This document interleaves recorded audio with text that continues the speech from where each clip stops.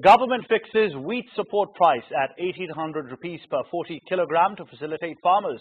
Prime Minister directs to provide subsidy on flour to give relief to low-income people.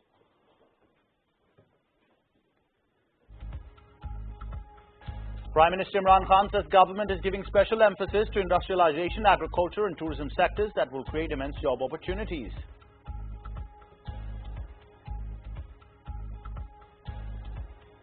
Kuwaiti Foreign Minister Ahmed Nasser meets President Arif Alvi. Both sides underscore need for increasing cooperation in the fields of education, health, trade and economy.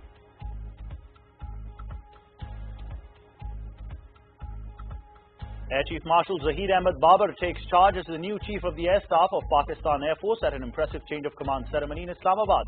Outgoing Air Chief Mujahid Anwar Khan pinned badges on the new Air Chief and presented him the command sword.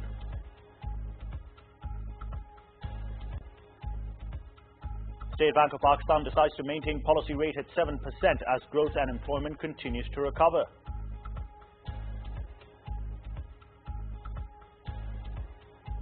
The Islamabad Capital Administration bans outdoor and indoor dining on weekends, restricts outdoor dining till 10 p.m. in weekdays.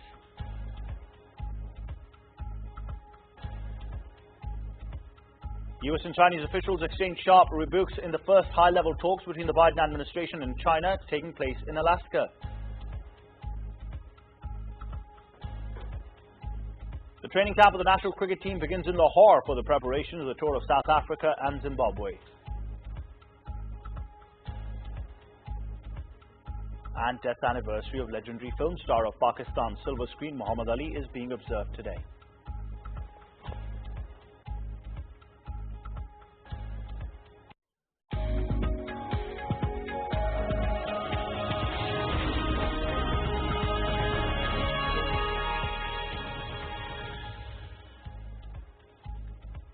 Those are the headlines for now, but for their details and live streaming, log on to our website. You can also log on to our social media handles. Stay tuned. Coming up next is Perspective with Mahrukh Hameed.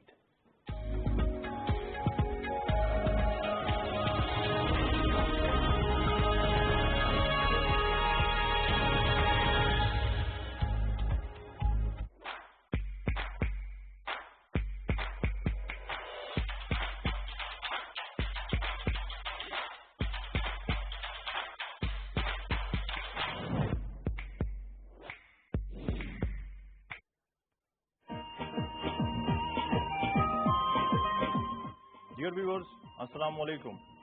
23rd March, the Pakistan Day, is a milestone of our national history. It is celebrated with zeal and enthusiasm by all segments of the nation, shoulder to shoulder with the armed forces. As part of celebrations of the day, most significant activity is Joint Services Parade, which is conducted every year at Shakarpadiya Parade Ground, Islamabad. For convenience of guests coming to witness the parade, elaborate guiding arrangements have been made by route marking, signposting and deployment of military and traffic police. Respected guests, color of the invitation card represents the color of route to be followed, the car parks and your seating enclosure specified for you. For example, if you are issued with red invitation card, you will follow the red route, park the vehicle in red color car park and walk over to the red color seating enclosure.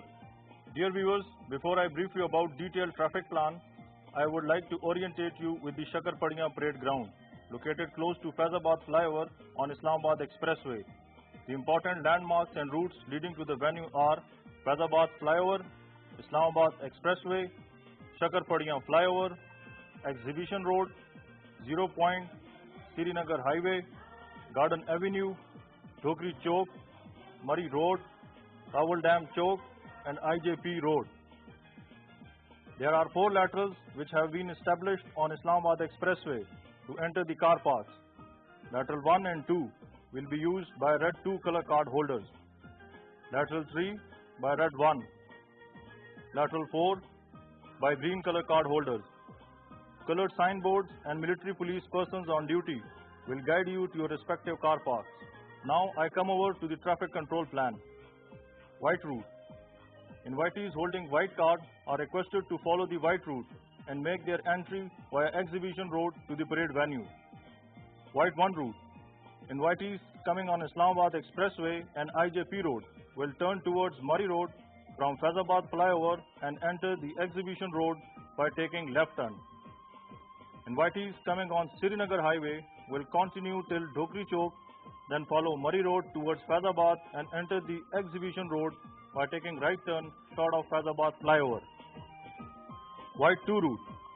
Invitees coming from the direction of 0 Point on Expressway will turn left from Shakarpadiya flyover and enter the Exhibition Road. Invitees coming on Expressway, Murray Road and IJP Road will use Shakarpadiya flyover to enter the Exhibition Road. Red and green color route. Invitees coming on Islamabad Expressway holding any color card except white 1 and 2 will move on Islamabad Expressway and after crossing Shakarpadiya flyover enter car parks through their respective laterals.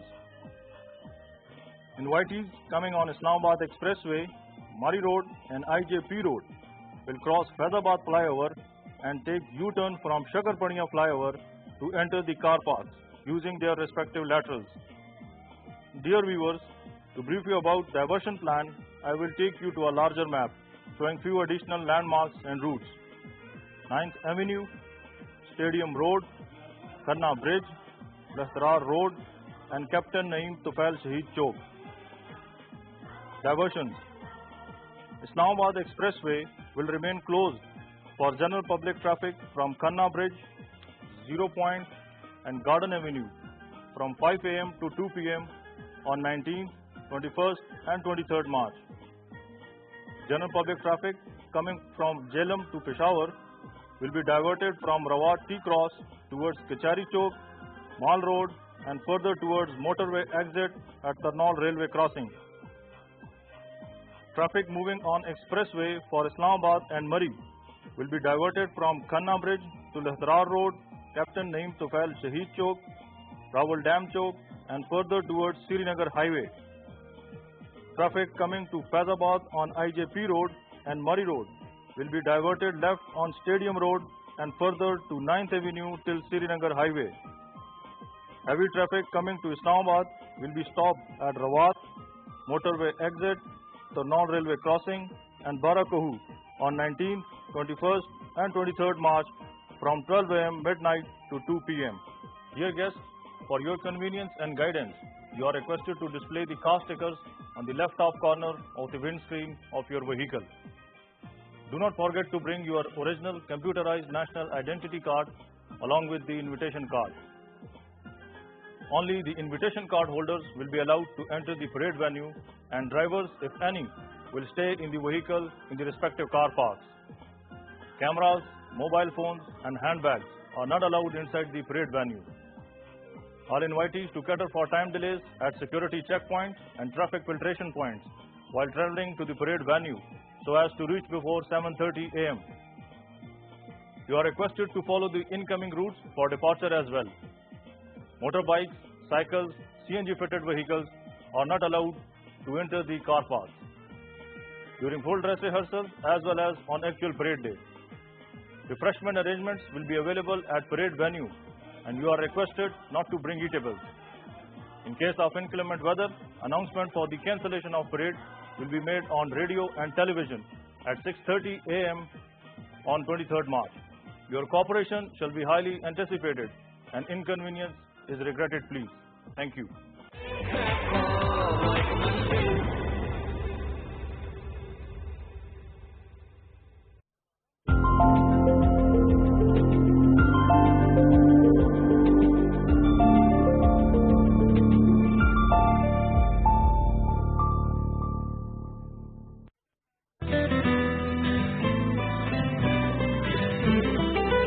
Book is life. Book is hope. And book is light for the future.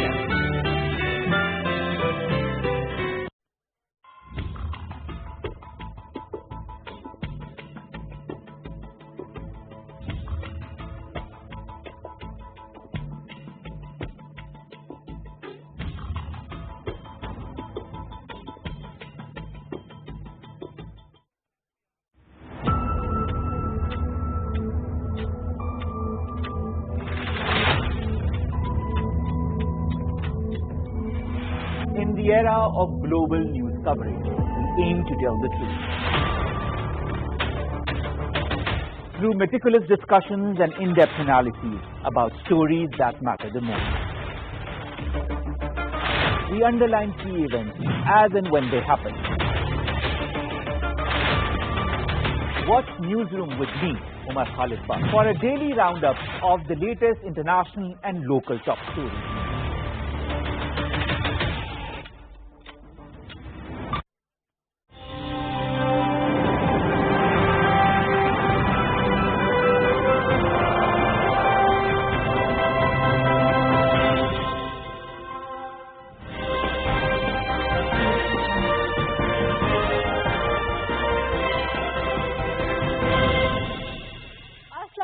And welcome to Perspective. We'll be talking about the PDM. There are so many theories, so much is being said about the alliance of these political parties which formulated to become the PDM, which gave the government such a tough time in the last couple of months. That has it really fallen through? Or are there chances of them coming back together? Are there chances of the PPP and the PMLN being able to work together in the next couple of months when Long March, resignations, all of that on the agenda, even the PPP saying that the CAC has to make a decision? Is that just a way of buying time, as it seems to be? What will happen in the next couple of months? Let's talk about that. Let's talk about the future of this country vis-a-vis the opposition going to have their opposing the government within the parliament or going out of it. All of that today on Perspective. I have with me Barrister Safiullah Ghori, who is a legal expert. Thank you for joining us today. Mia Ibrar, who is a senior analyst. Thank you for being with us today. Javed Rana, who is a senior journalist. Thank you for joining us. Dr. Niaz Murtaza, who is a senior journalist. Thank you for being with us. Safiullah, how do you see the situation post, there were freshers already emerging within the PDM for a while. Now, whatever happened between the exchange between Maryam Nawaz and Asif Ali Zardari, the statement that they will now wait for the CAC, how does this, in your opinion, next couple of months, what can we expect? So, Mahrukh, I feel like we have discussed this many times on your show before as well, and I've always maintained that PDM was never proper opposition to begin with. They always had inner conflicts, and these conflicts are now very apparent, the fractures that they had within their individual parties. I think what we have seen and what we need to now concentrate on is the roles of individuals within PDM and what they have done. And I think that the party that particularly stands out is People's Party, obviously, which has decided to take a very different perspective from the rest of the PDM. People's Party, in my opinion, has played very smartly. So they used the fire and brimstone politics of PDM by galvanizing their political workers all across Pakistan.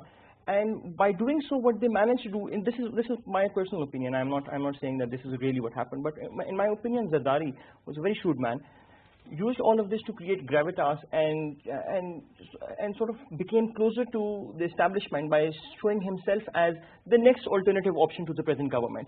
And we see very clearly that Bilawal now is emerging and has emerged as a very strong, viable option. Whereas just 2.5 years ago, when he first took oath, nobody would have thought that Bilawal was in fact a political leader. So what he has done is he's secured the political future of Bilawal, and at the same time he has presented himself as a reasonable option, a pro-democracy option, so to speak, somebody who wishes to stay with the government, stay within the system, and something that would appease a lot of people within the government, within the state of Pakistan, be it the bureaucracy, be it the particular establishment, or even the judiciary. So he's being viewed now as a wiser person, and this goes a little further. I think the timing of it is very imperative. So we saw, for instance, that Zardari is the only political party which has an entire province. People's Party is the only political party that has an entire province, the province of Sindh. Moving forward, what he was trying to grab was the position of Chairman Senate. A province and a Chairman Senate seat would have secured People's Party considerably. Now that he did not get that coveted spot, he probably feels like PDM has not served its purpose. And so that is one of the reasons why he might have just taken a step back. And honestly, we can't really blame any of these people for in a way betraying each other, because this is practically what's been happening in Pakistani politics for a very long time. These are long-time political opponents, PMLN and People's Party and even JUIF, and so whereas we can all agree on the fact that PMLN or in particular JUIF has been left hanging up in the air, I feel this was inevitable, because very clearly PMLN is considered to be, at least by this government, to be the worst party, the worst alternative. And so what we have seen is, we have seen People's Party emerge as a more acceptable alternative to everyone involved. Right. Raj Sahab, do you agree? Do you think that it is perhaps a way of cozying up to the establishment, a way of presenting, like Safiullah is saying, a viable option, someone who's flexible, wants to stay in the system, as opposed to Mia Nawaz Sharif Sahab, who's categorically been naming people in the army, talking against them. There is no mincing of words there. Do you think that's probably the way that Zardari Sahab expected things to happen? He has been trying, but the problem is that he doesn't have the power or the support to deliver the goods. The problem is that, as Mr. Safiullah said, that establishment wanted some strategic goals, and People's Party time and again has failed, especially Bilawal. Bilawal has failed to come up with anything tangible. The delivery thing, Imran Khan has been criticized since long. If you look at Sindh government, this is the worst government. Even Abdullah Shah's government was far better. So then Murad Shah's predecessor, Qaim Ali Shah, he was, taking advantage of being an old man. But Murad Ali Shah has, turned Sindh into what should I say, the hub of poverty. Do you think that he's managed, Zardari Sahab, through these tactics, has he managed to come out and be seen as more of a national party? Because, in the middle, they became very much a provincial party. Do you think people are looking at him in that way now? No, look, if you look at the recent Senate elections, the PPP has been limited to Sindh, the PMLN has been limited to Punjab. Now, only right now, the only party which has some power in pockets in all the 4 provinces is the PTI. But the problem is that the PTI has also not delivered. There are some gains on economic fronts. There are some gains on diplomatic front, especially things like relations with China, relations with America, relations with the performance of the government and what's happening there, we'll come to that in a little bit. But don't you think that PDM as a whole has managed to shake things up for the government considerably? Javed Sahab. Well, I think at one point of time when there was impression that they have joined hands and there would be a long march. And that is where the government was in two minds how to handle them, because had they had some sort of a long march, and if they had managed to stay inside the federal capital, that could have been hugely problematic. But that can still happen. But again, no situation has changed. Situation has changed because it's not just that Asif Zardari doesn't want to resign from the parliament. I think there's a deep politics, power politics. I mean, all these narratives that these political parties, including ruling parties, they try to build up, that's more for the public consumption. In the Pakistan's power politics particularly, I don't see any ethics and morality. Behind the scene, they are willing to do anything. If their power politics in one way or the other makes its presence felt on the national political landscape. But I think that's very clear from all parties. Yes, I'm talking about. So in this entire game, as my colleague pointed out, that partly it may be because Asif Zardari is trying to present himself as an alternative to PMLN. But I think the establishment over the course of decades, particularly from 2011 onwards, when this Memogate scandal happened, and in 2017, when this Dawn Leak scandal happened, my understanding of the situation is that they have made up their mind that they would not let Asif Zardari and Nawaz Sharif or Maryam Nawaz to come into power. There is a possibility of that the second-tier leadership from both parties may be acceptable to them, but in this situation, I think still PTI in form of Shah Mahmood Qureshi or Prime Minister Imran Khan probably would be more acceptable to them in years to come. But again, this is not something that you can predict what is going to happen. It's interesting that, we even now when we have a discussion about what would be acceptable or not, it is more about what's acceptable to the establishment rather than these are what would be acceptable to the people of this country. These are the deceptive methods. You see, Asif Zardari has his corruption cases. The evidence against him is so strong to a point that indirectly even he admitted in an interview that it is hard to prove up the allegations against him, though there may be some sort of that kind of evidence. So he knows if he doesn't cooperate behind the scene with the powers that be, that means he would be in jail. That means the possibility of his retaining his power in Sindh province may not be there in next general elections. These are the hard politics. No, he may in that process try to present himself as an alternative. But has he? That's my question. I will come back to you now. No, he hasn't. He hasn't. Publicly speaking, People's Party has lost more vote. PMLN at least, they have managed to retain a constituency where they think they are against the establishment. And the segments of there are elements within Pakistan who are against establishment for a variety of reasons. I think they are carrying those segments, but they are trying to stand for something, good or bad. We are not getting into that debate. Asif Zardari in People's Party is trying to stand for the drawing room politics, willing dealing, where money matters, where you can give the palms of somebody and can get the votes. And he's the least bothered about the morality or anything else. So I think People's Party... I don't think anybody is bothered too much about the morality. But when it comes to Asif Zardari, he's a no match to anyone.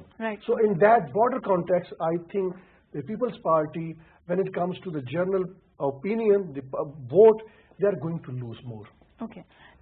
Niasab, how do you think that Asif Ali Zardari has succeeded in being seen as an alternative, as an alternative to perhaps the PMLN in the centre?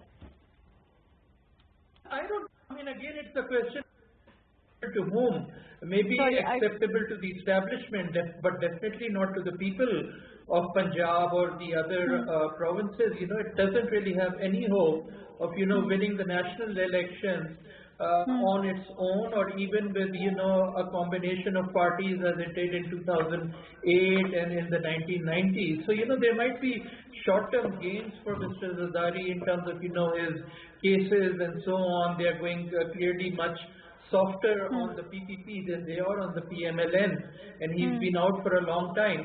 But, in terms of, popular politics, in terms of, winning votes, I think he's going to lose out. But, the broader question is, how should PDM now go forward? And I would still say that, they need to come together and try to, come up with a strategy which is acceptable to everybody. So now if, PPP doesn't want to sacrifice the Sindh government, that should be okay. They shouldn't insist that it doesn't make sense to, really resign from the Sindh assembly. They should focus on, the other assemblies where the PTI is ruling, so that those assemblies... Do you think that this is, we've had this discussion a couple of times. It's not unexpected for Asif Zardari to make this move, and I'm sure that it's not unexpected for the PMLN also. Then why do they seem to be shaken up so much, in your opinion? Yeah, I think there isn't clear communication, like now what we should be talking to PPP is, okay, you keep your Sindh government, and let's try once more. You say that you are interested in resigning only as a last option. What are the other options you want to try before we reach the last option? Do you want to go for another vote of no confidence? Okay, so we have time. Ramadan and Eid, we are not going to start, the Dharna before that. So we have a few weeks. It's a low-cost option. Let's try it in Punjab or against the speaker. But then let's be clear that even if that fails, and it's likely that it will fail now that the establishment has swung back to support the PTI, then will you be willing to resign after that or not? And if the PPP says, despite being offered to keep the Sindh government, that we will not resign, then maybe, it's time to, part their ways, and then, PMLN and JU... What happens if they part ways? That's my question. Safiullah, legally speaking, in terms of vote of confidence against the Speaker, like Niyaz Sahib is saying, or against in Punjab Assembly, do you think those are viable options for the PDM, particularly for the PPP? Obviously, Mahrukh, yes, PMLN? Yes, of course. These are definitely viable options. These are options that they can try at any point of time. There's only a 60-day bar. They can try once again after 60 days. So it's not like... but that bar is for the Prime Minister. For the Prime Minister, yes. 6 months bar. 6 months. 6 months bar right. for the vote of no confidence. Right. Okay, so I'm sorry, I stand corrected on this. But regardless, they can always return back to whatever they were doing.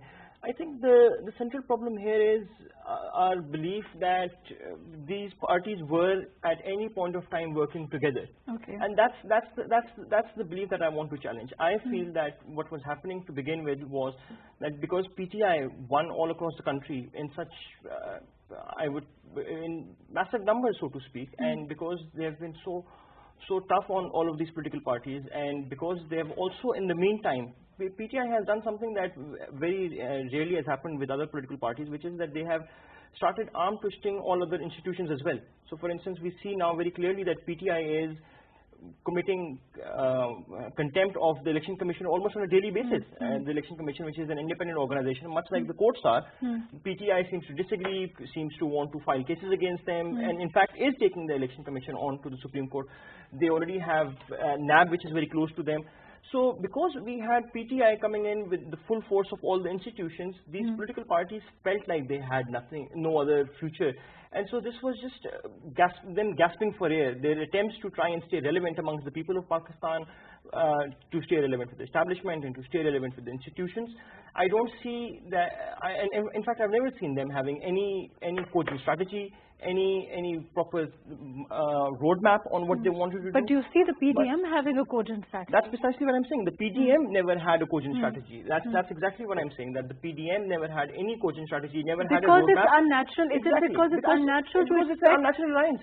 Because it's on the one hand you have the secular parties, you have the conservative PMLN and the somewhat liberal People's Party, and so because it was just a mishmash of various parties with no real agenda.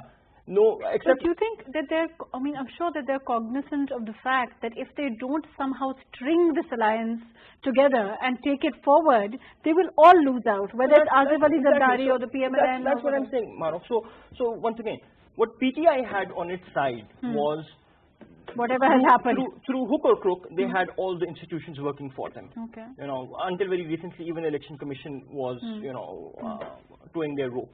And so, because they had the institutional strength of the state working on their behalf, all the institutions of Pakistan working for the promotion of one political party, the other political parties felt victimized, and so they tried to band together. However, because of their long history of backstabbing each other, because of the long history of having conflicting views, like for instance, just right now, a very interesting example. Speculation is that People's Party has decided to leave this PDM and has backstabbed PMLN because PMLN put forward as its candidate in the Senate Mr. Azam Tarar, who is a lawyer of the policemen who are currently accused of murdering Benazir. And so People's Party took that as a personal insult as to why PMLN would start promoting the lawyer who is defending the people who are accused of murdering Benazir. And so this could go any way. We see that these problems would never really end. But don't you think that it's an interesting point, the way that Bilawal Bhutto has been prepped up? I think that's exactly, and it's not just Bilawal Bhutto. I think Maryam Nawaz is also a test case. I feel that both political parties decided to hand over the baton, so to speak, to the next generation, and in doing so, they have prepared them for further challenges that they might experience along the way. But once again, I need to re-emphasize the fact that something that we are not concentrating enough on is PTI's behavior vis-a-vis other institutions. Okay. And that is my primary source of concern at the moment, because we see for the first time in Pakistan's history extremely bizarre allegations. So, for instance, if the Election Commission conducted, however, so they conducted the elections of the Daska. No, not Daska. The recent Chairmanship elections. The ones before that of Gilani versus Senate elections. Right. The ones before that, and so PTI now clearly seems to have a vendetta against an independent institution. An independent institution that is just giving its opinion on what it believes is the right thing to do. And PTI feels that that independent institution, simply because it did not side with PTI, is an institution of corrupt people, of incompetent people, and it is making those same accusations against an institution of Pakistan that it has been making against political parties. Okay, I'll ask you a question. How is this different from the PMLN going against NAB? I agree. I absolutely agree that this is the difference here is that PMLN was not going against NAB during its own tenure. It is going against NAB after PTI's tenure. Whilst PMLN was, although of course in the later side of their rule, of course there were NAB cases that were opening up. However, this is what the problem is. This goes towards a political culture where we are not perhaps used to institutions being independent, whether it's NAB or the Election Commission. And the fact that the governments do not seem to accept the idea of any institution being independent. Right. If any institution were to speak up instead of giving them leeway and hearing their opinion out and trying to reason with them, we see governments actively witch hunt those institutions and try and berate them. And this is, at the end of the day, berating any institution of Pakistan is a loss of Pakistan. It's not the loss of any political party. Ji Ibrar, Sab, do you agree? No, I don't agree, because there were serious allegations against Election Commission because there were videos, there were tangible evidence, and Election Commission did not even summon a single time to Ali Haider Gilani or anybody else to make. But let me come back to PDM differences. Look, Mr. Safiullah just said that the PPP has blamed Azam Nazir Tarar for being, defending the culprit. This is not the case.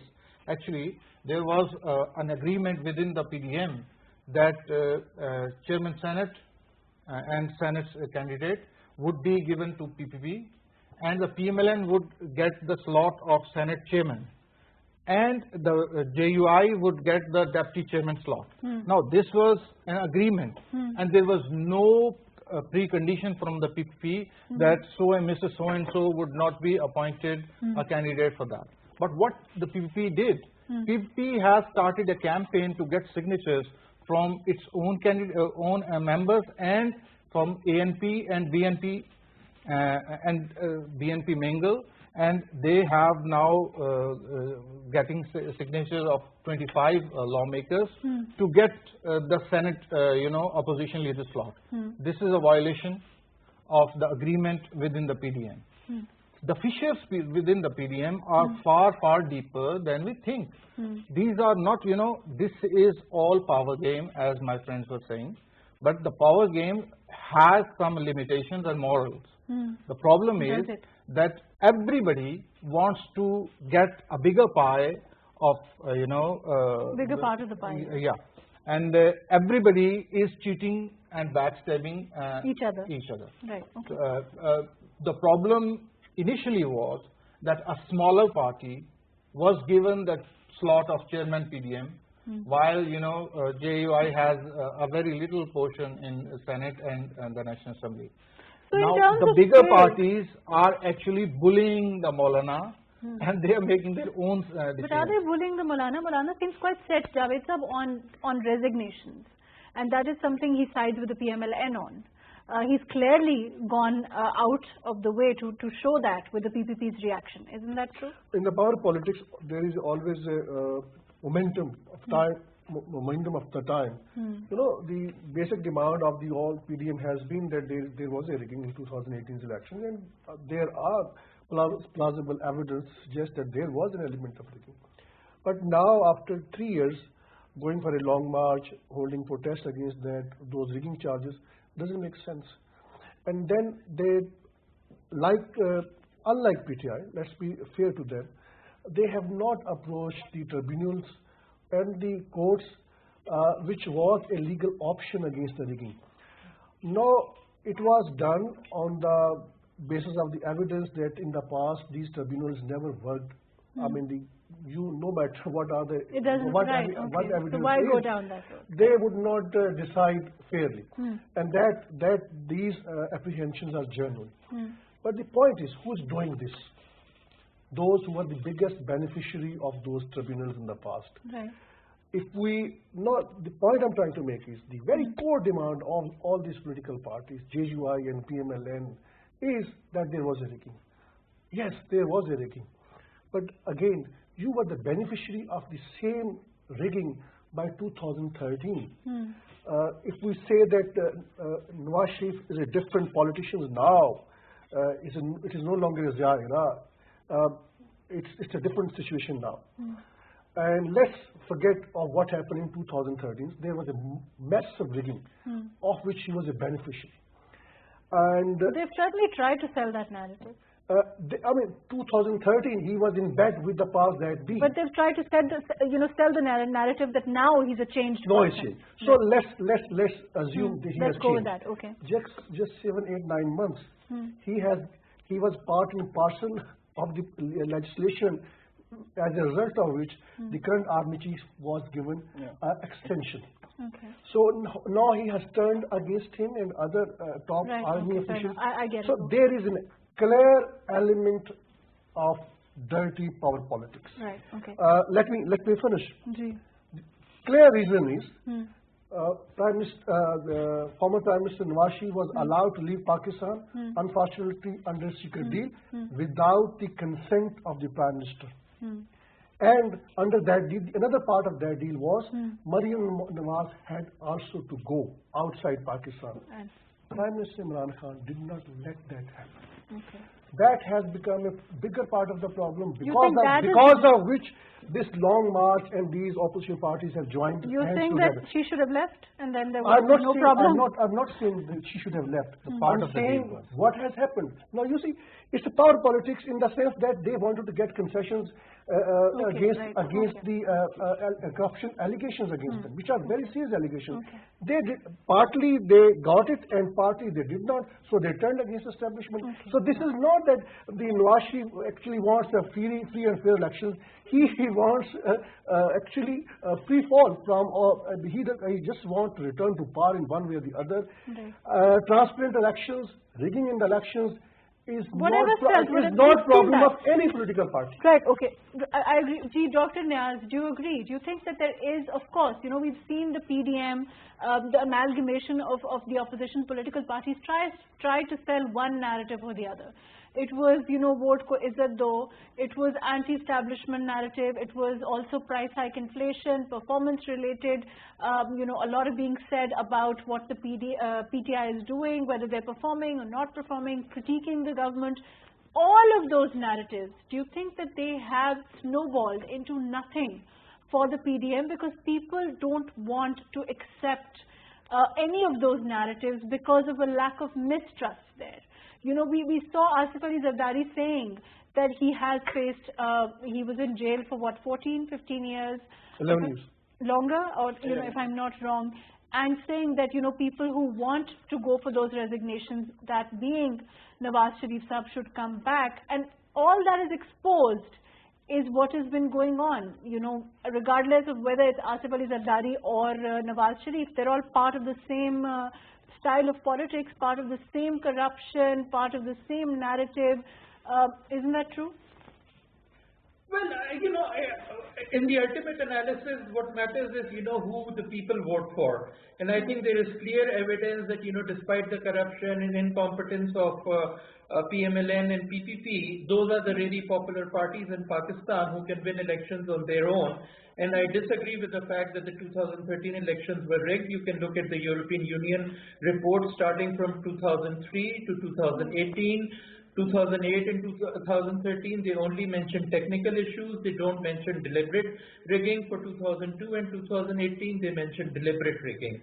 So the incompetencies are all there, but I think their message is still resonating with the people. The issues with establishment interference and the fact that people's mandate is always stolen. Then why not go for the long march? You think they would have been able to attract the kind of numbers that they want to if they go and march towards Islamabad?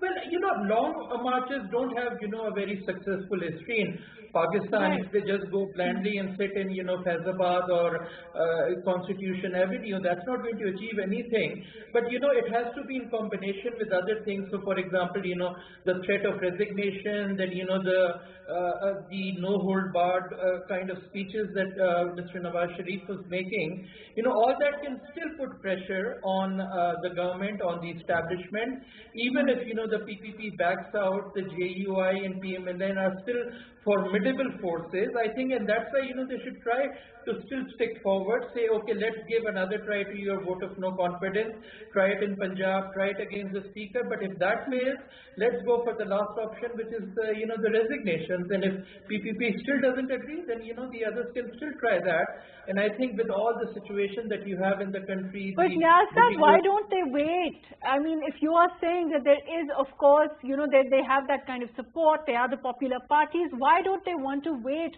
for the 5 years that this government should have, and then they should contest the elections? Why is there this hurry for them to end this tenure, end this government? First of all, because the 2018 elections, were of a very dubious nature, and then beyond that, even today, PTI is not standing on its own feet. It's constantly being propped up by the establishment. We saw what happened. But Niyaz, is that the reason to ask for a democratic elected, whatever semi-elected, whatever you want to call it, asking the government to step down? No. So what they should ask for is an end to establishment manipulation of politics, and if which they have also asked for. Sorry. Which they are also asking for. Which they are also asking, and that's all they should ask for. They shouldn't ask that, the Prime Minister should resign, just ask for a level playing field, and we saw what happened in the, Gilani versus Hafiz Sheikh election. The establishment had stepped back just for a while, and we saw what happened. If that happens, and, if the PTI can stand on its own feet, fine, but I think the government will collapse in a few weeks if the establishment steps back. Right, okay.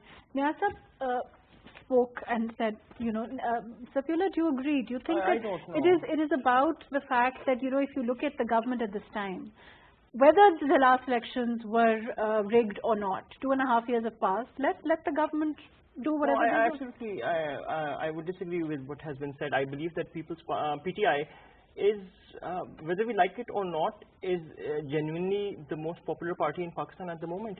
I do feel that, whereas, Niyaz mentioned the European Commission report, he should have also mentioned Pafan's report, which says that the 2018 elections were by far the fairest elections that took place in Pakistan. But that's one person's word against another person's word. So we're not going to all the elections in the history of Pakistan have been, pointless. Doubted. Yes, to try and state that, one election is doubtful whilst the other is not. It's just going to nullify problems. I think something very interesting was mentioned a little while ago, and I want to delve a little more into that. And that is the fact that something that I find very interesting and almost incapacitating about PDM is how it refuses to take the matter to courts, or any matter to courts. PTI managed to land where it is today because they were active with the judiciary. They actively pursued the Panama Leaks case.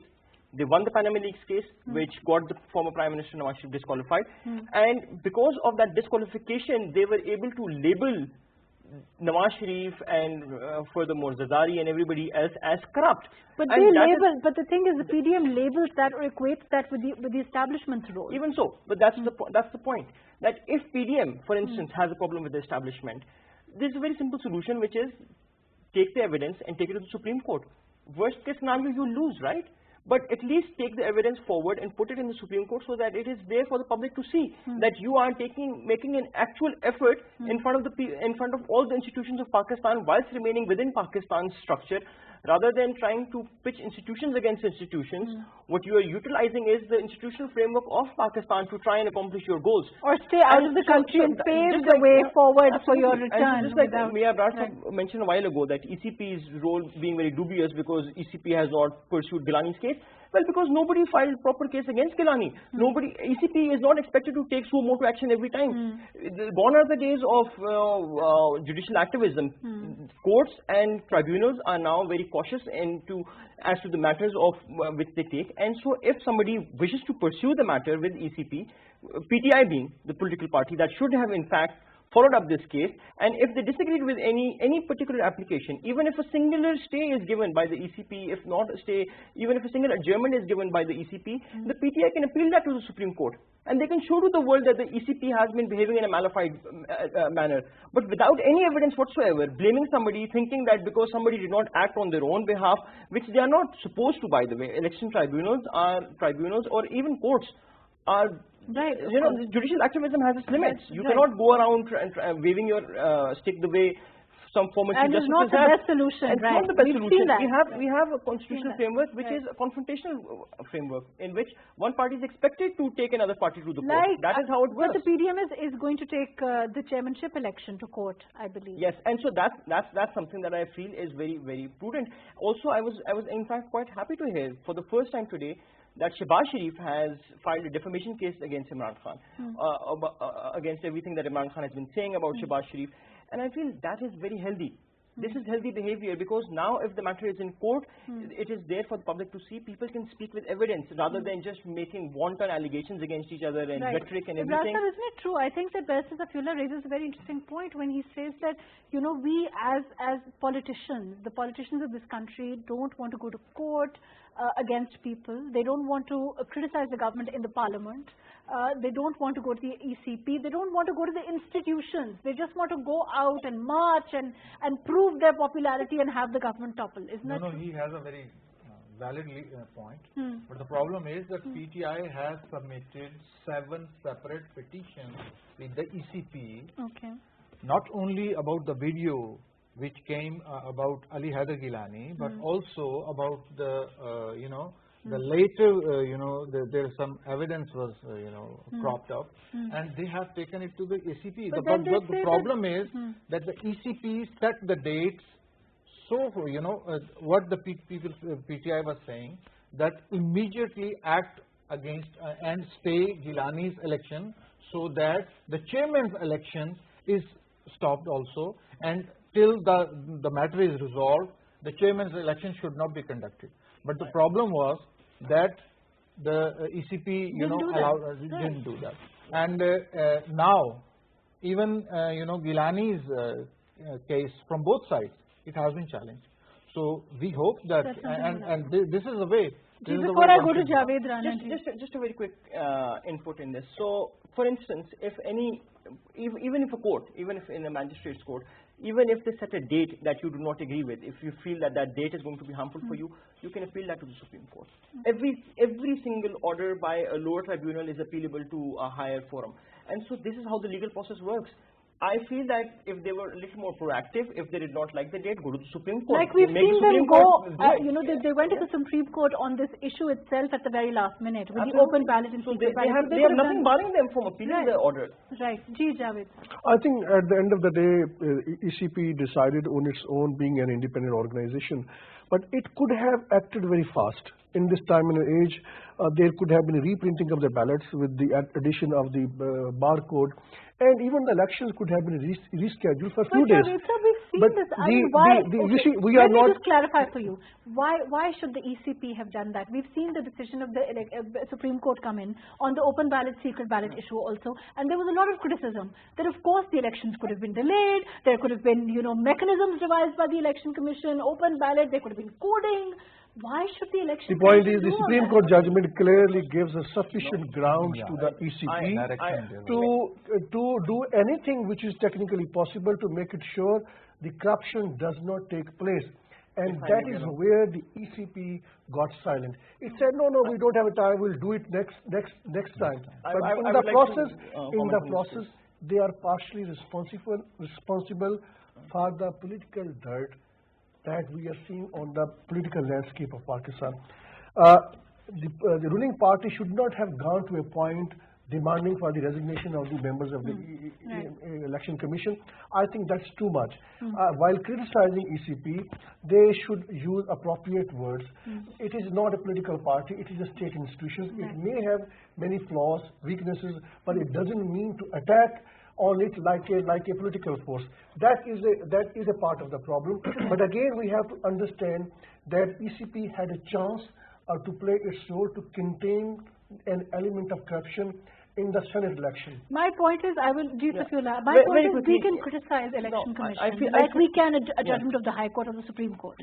But it is ultimately the purview of that institution to take the decision. Of course. And so this is exactly what the Supreme Court stated. And so this is one of the times when I feel like, and it becomes very obvious that the propaganda machinery of PTI far outstrips any other political party. So the Supreme Court judgment was in itself very clear. The Supreme Court judgment said that no, the election has to be a secret ballot election. And that was what you call the ratio descendi. The ratio descendi is deciding on the matter at hand. The matter at hand was, should it be secret ballot or should it be open ballot? The Supreme Court said no, it should be secret ballot.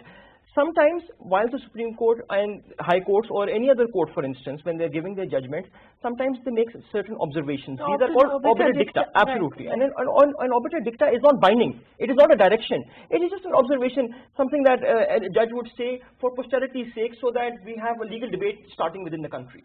It is merely a spark to try and start a debate or a discussion on a matter. So why don't you go to court? The point is exactly. So their obiter dicta was that yes, and the ECP should, and in the future, they did not even stipulate any time. They said in the future, at any point that they feel appropriate, implement technology to try and have more transparent elections, not open or secret elections, but more transparent elections. Of course, it's a no-brainer. Nobody would disagree with the idea of more transparent elections.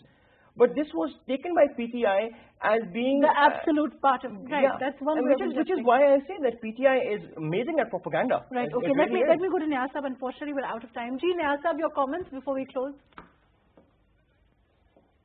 Address the issue of FAFN versus European Union. FAFN is a local institution. It is vulnerable to local pressures, local biases, and it only focuses on election day issues, whereas the European Union is, of course, neutral, and it looked at the pre-poll issues, which were the main issues for 2018, not the polling day issues, and it's very, very critical of two key state institutions manipulating the pre-election environment to the detriment of, the non-establishment parties. Right. Unfortunately, we're out of time. Thank you so much for joining us. Barrister Safiullah Ghori, Mia Ibrar, thank you for being with us. Javed Rana Sahab, thank you for joining us. Dr. Niaz Murtaza, thank you for being with us today. As far as the issue of PDM is concerned, of course, we will know in the next couple of months what their strategy will be and whether they will be able to continue as an amalgamation of the opposition parties that they are. But the point is, as far as the state institutions are concerned, perhaps the politicians of this country are in too much of a hurry and don't want to rely on institutions like the ECP, like the courts, like the judiciary, like, for example, the parliament to criticize the government, and we haven't seen the opposition want to play that role. Perhaps it's time that those political parties can now reflect on playing an active role within the parliament, so that we see a more democratic style of politics rather than the street politics, the politics of ehtijaj, the politics of coming out into the streets, the politics of movements like the long march or the short march or whatever we may call it. Thank you so much for joining us today on Perspective.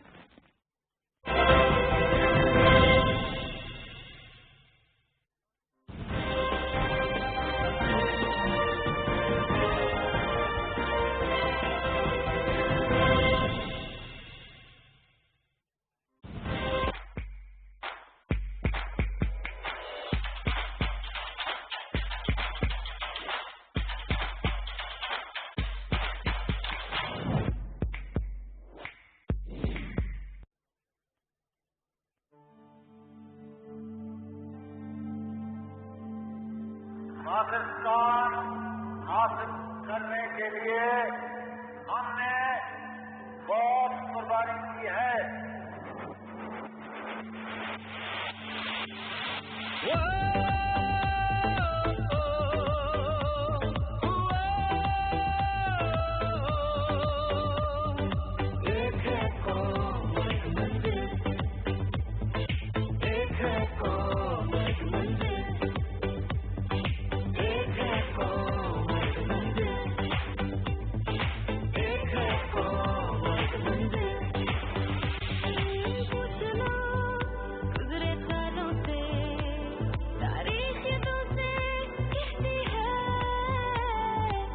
Pakistani ठान ले जब मुश्किल मुश्किल कब्र ऐसी है, एक है कौम और एक मंजिल,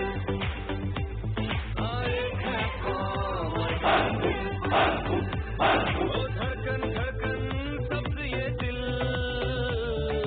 एक है कौम और एक मंजिल, एक है कौम और एक मंजिल।